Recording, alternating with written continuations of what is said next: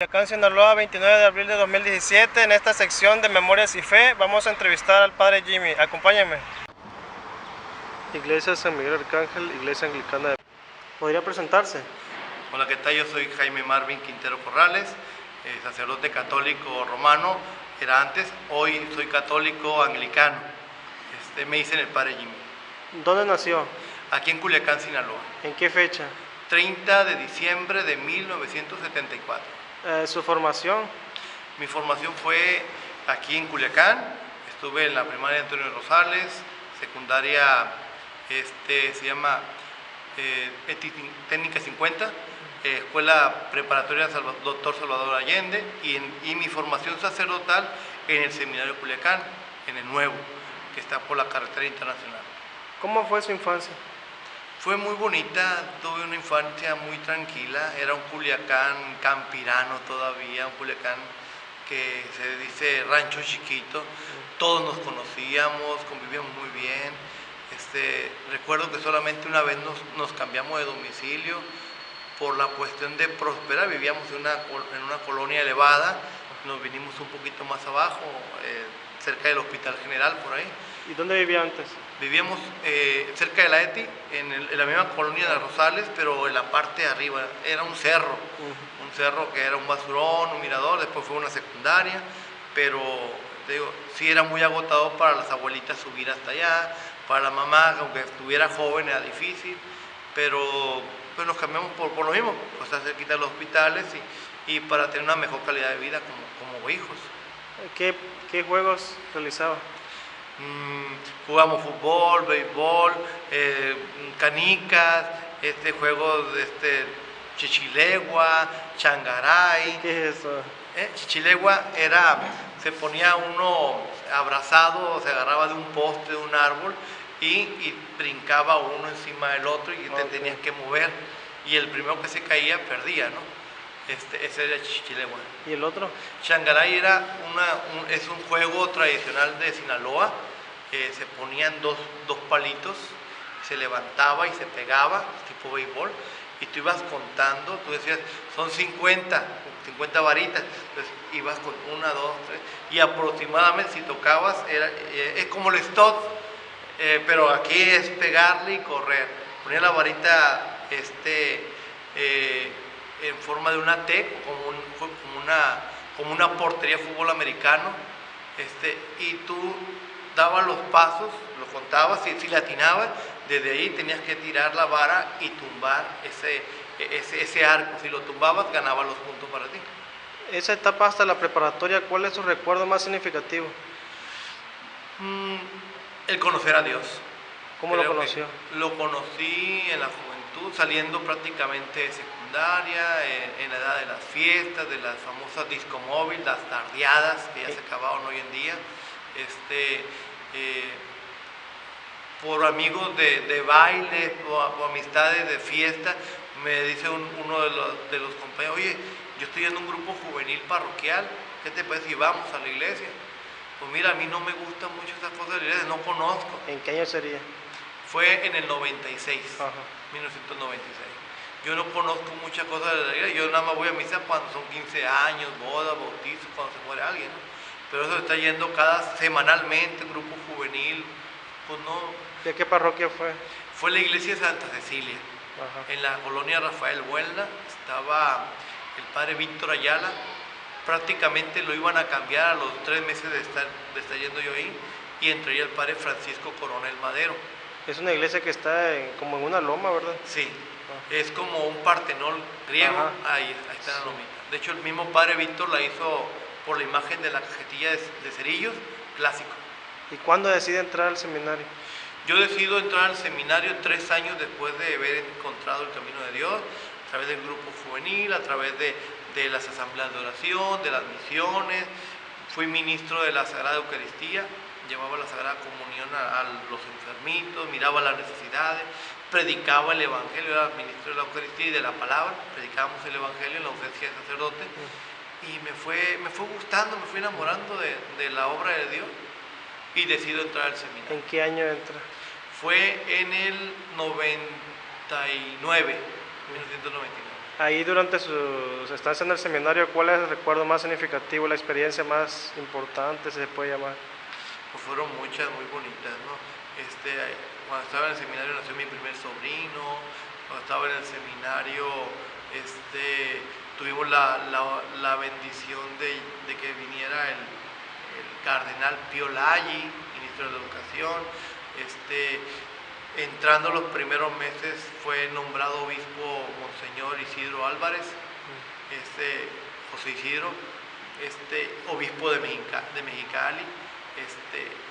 Y fue muy importante porque nos fuimos todos para allá, queríamos mucho al famoso padre Chilo, le decíamos. ¿A quién relevó él?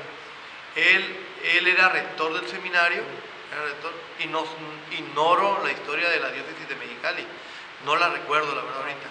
Sí, pero él llega como obispo aquí a Culiacán. No, él era rector de aquí de Culiacán. Ajá. Y se va como obispo a Mexicali. Okay. Actualmente sigue de obispo en Mexicali. Ajá.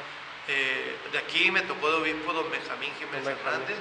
Me tocó don Luis Rojas Mena, en el ambiente juvenil. Ajá. Pero para entrar al seminario ya acababa de tomar posesión como obispo titular de la Iglesia Católica Romana, don Benjamín Jiménez Hernández. Después pues, entró de obispo auxiliar don Emilio Duarte, también amigo de un servidor. Y ahorita don Jonás vino a sustituir a don Benjamín. Su estancia en el seminario, de alguna manera, le surge como una especie de duda sobre la doctrina o algo? No, negativamente. Mi estancia en el seminario es una estancia muy bonita, de formación, tuvimos la fortuna de tener sacerdotes que venían desde Roma, recién ordenados, padres con otra visión también, que venían de Centroamérica a darnos formación. Lo que sí quedaba marcado era que era muy riguroso el ambiente de meternos al mundo, vamos a decir. Por ejemplo, en mi época del seminarista teníamos prohibido usar celular, teníamos prohibido usar el internet. Había 2 salas nada más para internet y nada más eran para los sacerdotes. Lo teníamos prohibido, teníamos muy poco acceso al mundo exterior, más que nada. Salvo misiones, salvo visitas familiares. Fue una época difícil. Ya ahorita el seminario ya cambió mucho, ya se abre, ya el muchacho tiene su celular. En mis tiempos, te digo, era otro modo de ver. El tener unos audífonos, un Walkman, un Discman, era confiscado si lo tenías. Lo podías tener, pero se lo dabas al padre formador. Aquí lo tengo y el fin de semana, padre, quiero escuchar música, te lo presto, ya después me lo regresan. Eran otra forma de educar, ¿no? Nos tocó, digamos, el seminario en su etapa de construcción, ayudar, acomodar, formar, traspanar. Fue una etapa bonita desde mi punto de vista personal. En cuanto a la doctrina, bueno, tenemos la formación filosófica, filosofía aristotélica tomista, una filosofía muy buena, pero ya viéndola, analizándola, pues es buena desde el punto de vista de la escolástica solamente, es buena para ya ahorita el mundo ha cambiado, madurado mucho y tiene que abrirse nuevas barreras. ¿Cuándo se ordena? Me ordeno en el 2005. ¿A qué parroquia? Me ordeno en la catedral, viene el señor nuncio apostólico Giuseppe Bertello, era el representante del Papa Juan Pablo II, y él viene a una visita aquí en la diócesis y el señor obispo comenta que va a tener ordenaciones, que si estamos dispuestos, ¿no? Con mucho, y a nosotros nos ordenan, ya éramos diáconos y nos ordenan sacerdotes. Me comentaba que, bueno, leí que el 8 de julio del 2016, el año pasado, anuncia usted abandona la Iglesia Católica. A ver si me puede comentar ella. Sí, el 8 de julio del año pasado, yo el 3 de julio en las comunidades del Fuerte de Jaguara, perteneciente al municipio de Fuerte, yo anuncio mi deseo de emanciparme de la Iglesia Católica para trabajar en el camino del Señor sin las manos amarradas, ¿no? en este sentido, servir más plenamente al Evangelio. ¿Por qué se sentía, digamos, con las manos amarradas? Ok, nada más te contesto un poquito la pregunta. El día 8 ya lo hago de modo general en los medios de comunicación, en donde yo decido emanciparme de la diócesis de Culiacán. ¿Por qué? Uno, porque iba a estar apoyando, por ejemplo, a los ex sacerdotes que dejaron el ministerio, y iba a estarlos visitando, acompañando, formando, motivando para que continuaran en el camino del Señor. Tomando en cuenta que si Dios nos manda a ir a la oveja perdida, también nos manda a ir con el pastor herido. Esa era parte de mi deseo, ¿no? Ir por el sacerdote herido, sacerdote que se ha ordenado para toda la vida, para siempre, y que por alguna razón, por enamoramiento, por enfermedad, por problemas emocionales, por alguna razón, deja el ministerio, está caído, hay que ir a levantarlo, hay que apoyarlo, ¿no? Mismo Papa Francisco nos invita a hacer lío, a hacer una iglesia más humana, más cercana, y históricamente estábamos viviendo momentos muy fuertes también en esos meses, donde se estaba proponiendo, donde el señor presidente Enrique Peña Nieto propone el matrimonio igualitario. De hecho, hasta el mismo señor obispo de aquí, local, se hace una nota nacional donde él dice que posiblemente anda buscando gavioto, dice, ya después pide perdón a la presidencia por ese comentario que hizo en plena misa en sermón allá en la ciudad de Los Mochis, que lo hizo y pues mancha la imagen del presidente. Entonces, así estaban las cosas con gobernación, con el episcopado, se fomentaba un odio, una homofobia muy tremenda, en donde yo analizándolo y compartiéndole con otras personas, yo no miraba y no miro todavía mal que dos personas que se amen se puedan casar legalmente, puedan formar incluso una familia. Y en este mismo sentido era lo que yo proponía, ¿no? Y pues tenía que renunciar a esto, porque si la Iglesia Católica Romana, el episcopado, estaba en contra y yo me pongo a hacer esto, pues perjudico la imagen de la diócesis, de otros sacerdotes, perjudico la imagen del obispo, y en lugar de hacer un bien a un mal, por eso prefiero salirme para continuar en ese trabajo. Y la iglesia anglicana me abre. Había entendido de que se funda una iglesia católica divergente. En el mes de julio, que yo decido, para estar dentro de la misma comunión con la iglesia, yo decido formar lo que se conoce como Iglesia Católica Divergente. Es decir, la misma palabra divergente que hace referencia a buscar acuerdos, a no ir por el mismo acuerdo convencional de todo el mundo, sino buscar acuerdos cercanos más a la razón, ¿no? Y en este sentido, como Iglesia Divergente, era lo que yo proponía, que se apoyara el matrimonio igualitario, que se apoyara a los sacerdotes, que